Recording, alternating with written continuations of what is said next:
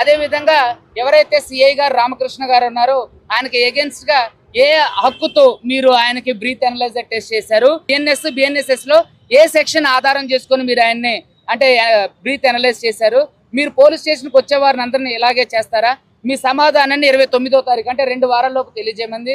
తెలియజేయని పక్షంలో ఆయన సస్పెండ్ అవడానికి కూడా అవకాశం ఉంది.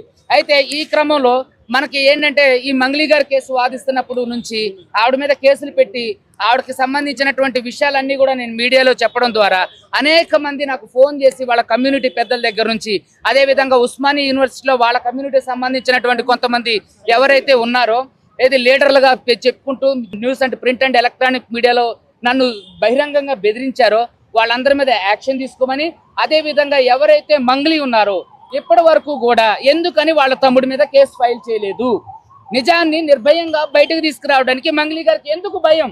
నేను ఏమంటాను అంటే బాధితులందరూ చెప్పేది మంగ్లీ గారి తమ్ముడు శివ ఉన్నాడు అని, కానీ ఇంతవరకు మధు మీద కానీ రమావత్ మధు మీద కానీ వాళ్ళ తమ్ముడు శివ మీద కానీ పాల్దియ భరత్ కుమార్ చౌహాన్ మీద కానీ పాల్దియ శైలజ చౌహాన్ మీద కానీ ఎందుకని బాధితుల తరపు నుంచి ఆవిడ ఇంతవరకు కేసు ఫైల్ చేయలేదు? మీరు చూశారు, ఒక వ్యక్తి ఈరోజు వాళ్ళ కమ్యూనిటీకి సంబంధించినటువంటి జనసేనకు సంబంధించినటువంటి నాయకుడు ఇక్కడికి వెళ్ళి ఏది ఫిలిం ఛాంబర్ అదేవిధంగా మా అసోసియేషన్కి వెళ్ళి ఈ కేసు తేలేంత వరకు ఆవిడని సినిమాలలో పాడించొద్దు అని చెప్పడం ఇది నిజంగా శుభ పరిణామం. ఏంటంటే ఇక్కడ ఆవిడ కమ్యూనిటీని బేస్ చేసుకొని అడ్వకేట్లను ప్రభావితం చేస్తుంది. ఇది చాలా తప్పు వ్యవస్థ. ఇది సమాజంలో ఒక తీరని అంటే ఒక అసాంఘిక చర్యగా మేము పేర్కొంటున్నాం. చాలా మంది న్యాయవాదులు ఈ రోజు నాకు అండగా రావడం జరిగింది. అదే విధంగా ఎంతో మంది మాకు సపోర్ట్ చేయడం జరిగింది. అదే విధంగా మీరు అందరూ చూస్తున్నట్లయితే సమాజంలో ఎవరైతే బాధితులు ఉన్నారో బాధితుల తరపున ప్రతి ఒక్కరూ వాళ్ళ గలం ఇప్పుడు నిజంగా చాలా సంతోషం. ఆల్రెడీ డీజీ గారికి నేను ఈ కేసు ఇవ్వడం జరిగింది. సో ఆయన వెంటనే యాక్షన్ తీసుకుంటారు. మరి ముఖ్యంగా ఈ రోజు కలవడానికి గల అంశం ఏంటంటే పర్సనల్ సెక్యూరిటీ ఇవ్వడం కోసం నేను ఆయన కలిసా. సో పర్సనల్ సెక్యూరిటీ కోసం కలిసా, సముఖంగానే ఉన్నారు. సో తప్పకుండా నేను ఆశిస్తున్నా నాకు పర్సనల్ సెక్యూరిటీ ఏర్పాటు చేస్తారని చెప్పేసి. అదేవిధంగా ప్రతి ఒక్క న్యాయవాది ఈ రోజు మీరు గళం విప్పాలండి. న్యాయ వ్యవస్థ మీద ఒక తీరని అపవాదు ఈ మంగ్లీ గారు వేయడం జరిగింది. ఎవరైతే బాధితులు ఉన్నారో వాళ్ళ తరఫున కేసు వేస్తున్నటువంటి అడ్వకేట్ సుబ్బు మీద మీరు కేసు ఫైల్ చేశారు. అసలు ఇది ఎంతవరకు కరెక్ట్?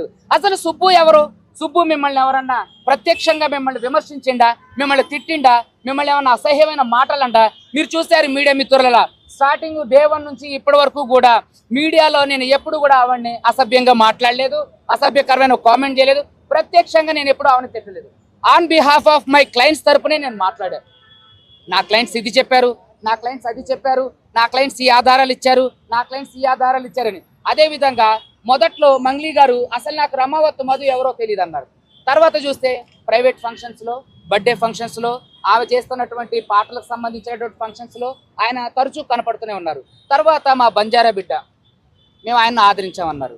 సో ఇవన్నీ కూడా ఏంటి అని అంటే ఇవన్నీ మభ్యపెట్టేవి. సో దయచేసి మంగ్లీ గారికి ఒకటే విజ్ఞప్తి చేస్తున్నా, వీరందరి మీద కూడా మీరు కేసులు ఫైల్ చేయండి. అడ్వకేట్ సుబ్బుని మీద చేస్తే రేపొద్దున న్యాయ వ్యవస్థ ప్రభావితం అయ్యే అవకాశం ఉంది. ఇది నిజంగా తీరని అన్యాయం. సో కాబట్టి మంగ్లీ గారి పైశాచిక కోణం ఇక్కడ అందరికీ అర్థమవుతుంది. సో కాబట్టి ఈరోజు డీజీ గారు వీటన్నిటి మీద యాక్షన్ తీసుకుంటానని చెప్పేసి మనకు చెప్పడానికి అది జరిగింది. అదే అంటే డీజీపీ గారిని కలవలేదు, డీజీపీ గారు ఇప్పుడు వస్తున్నారు. సో ఆయన ఎవరైతే ఉన్నారో ఆయన సిసి గారికి సంబంధించినటువంటి ఇవ్వడం జరిగింది. వాళ్ళు వెంటనే ఇమీడియట్ గా యాక్షన్ తీసుకుంటా ఉన్నారు. డీజీ గారి పేరు మీద కవర్ స్పెషల్ కవర్ కూడా పర్సనల్ నేమ్ కవర్ కూడా పంపించడం జరిగింది. దాన్ని వెంటనే పర్సనల్ గా దాన్ని పెడతామని చెప్పేశారు. వెంటనే వీలైనంత త్వరగా దీని మీద స్పందిస్తా ఉన్నారు. అదే విధంగా 17వ తారీఖు సిఐ మీద పెట్టిన కంప్లైంట్ కూడా వేగంగా దాన్ని విచారణ చేపట్టి బాధ్యులైన వారిపైన చర్యలు తీసుకుంటామని చెప్పారు.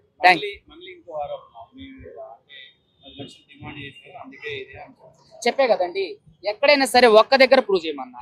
నేను ఎక్కడ అడిగా, నేను ఆవిడని కలిసింది ఒకేసారి. అది కూడా ఆవిడ ఆర్బిట్రేషన్ కి నన్ను ఒక డైరెక్టర్ గారి ద్వారా, ఒక న్యాయవాది గారి ద్వారా నన్ను పిలిపిస్తే ఆవిడ దగ్గరకే వెళ్ళాను. వెళ్ళినప్పుడు ఆవిడతో నేను మాట్లాడా కదా. ఆవిడ మాట్లాడినప్పుడు వాళ్ళందరూ చెప్పాలి కదా. వేణు ఉడుగుల గారి ఇంటర్వ్యూలు మీరు అన్ని చూసారు. ఎక్కడైనా నేను 10 లక్షలు డిమాండ్ చేసినట్టు చెప్పారా?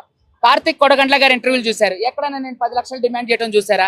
ఇదంతా ఏంటంటే కావాలని అసాంఘిక చర్య, బురద జల్లే చర్య. ఒక్క ఆధారం ఎందుకని చూపించాలా? ఏదో చిన్న వీడియో రిలీజ్ చేశారు. అందులో నేను ఎక్కడైనా బెదిరించినట్టు కానీ, భయపెట్టినట్టు కానీ, డబ్బులు అడిగినట్టు కానీ ఎక్కడైనా ఉందా? కాబట్టి ఇదంతా మీడియాని ప్రజల్ని పక్కదోవ పట్టించే కార్యక్రమం మంగ్లీ గారు చేస్తున్నారు. మంగ్లీకి సంబంధించినటువంటి మీకు వీడియో చూపిస్తా. నేను ఏదైనా సరే మీకు వీడియో చూపించడం ఇప్పుడే చూపిస్తా. ఎలా బెదిరిస్తున్నారో మీరు చూడండి. నన్ను డైరెక్ట్ గా వాళ్ళు బెదిరిస్తున్నటువంటి వీడియో చూడండి మీరందరూ.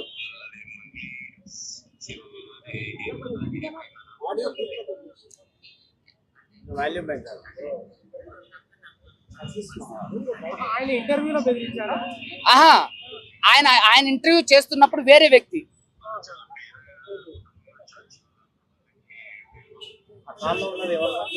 మంగ్లీ అనుచరుడు. ఆయన ఫోన్ నెంబర్ కూడా నేను మీకు చెప్తా.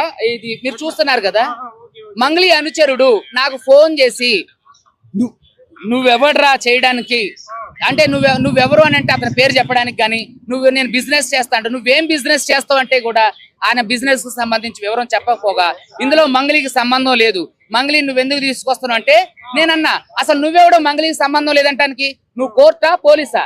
ఇట్లా బెదిరించడమే కాకోకుండా మీకు ఇంకొక విషయం కూడా చెప్తా. మమ్మల్ని చంపడానికి ఎంతో మంది వ్యక్తులు ఇక్కడ రావడం కూడా జరిగింది. హిమకాంత్ రెడ్డి నిందితుడు కాదు, బాధితుడు.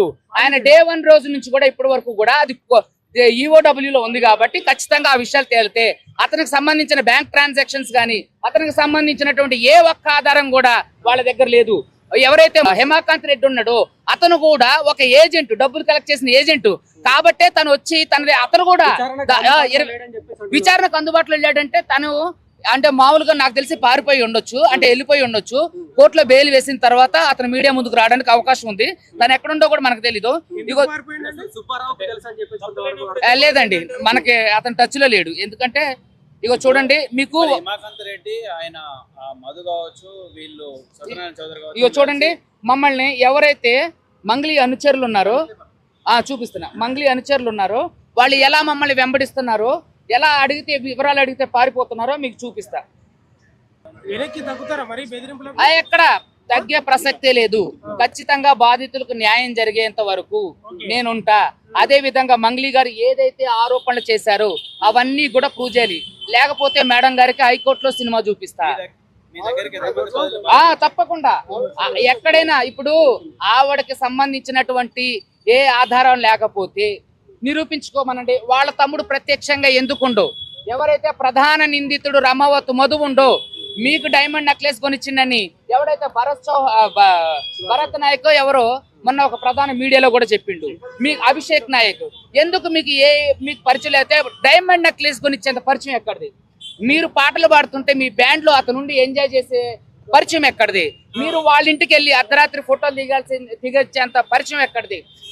ఎవడైతే ప్రధాన నిందితుడు రమావత్ మధు, భరత్ చౌహాన్, శైలజ చౌహాన్ తో మీ తమ్ముడు ఎందుకు ట్రావెల్ చేసిండు? బాధితులతో మీ తమ్ముడు ఎందుకు ట్రావెల్ చేసిండు? గుళ్ళు గోపురాలు ఎందుకు తిరిగిండు? వాళ్ళతో చాటింగ్లు ఎందుకు చేసిండు? వాళ్ళతో డబ్బులు పెట్టుబడి పెట్టండి, మంచి లాభాలు వేస్తాను ఎందుకు చెప్పిండు? చెప్పండి. మీ తమ్ముడితో ప్రెస్ మీట్ పెట్టించండి దమ్ముంటే. నేను బహిరంగ సవాలు ఎన్నోసార్లు వేసా, ఈ రోజు కూడా బహిరంగ సవాలు వేస్తానా. మీ దగ్గర ఒక్క ఆధారం ఉన్నా తీసుకొని రండి. సుబ్బు బెదిరించిండటానికి గాని, సుబ్బు డబ్బులు అడిగిండటానికి గాని, హైకోర్టు అడ్వకేట్ ఇలా చేసిండటానికి గాని, లేదంటే పలానోళ్ళు ఇన్ని డబ్బులు ఎట్లా చేశారు, మీరు నన్ను బెదిరించినటానికి, మనుషుల్ని పంపించారంటానికి చాలా ఆధారాలు ఉన్నాయి.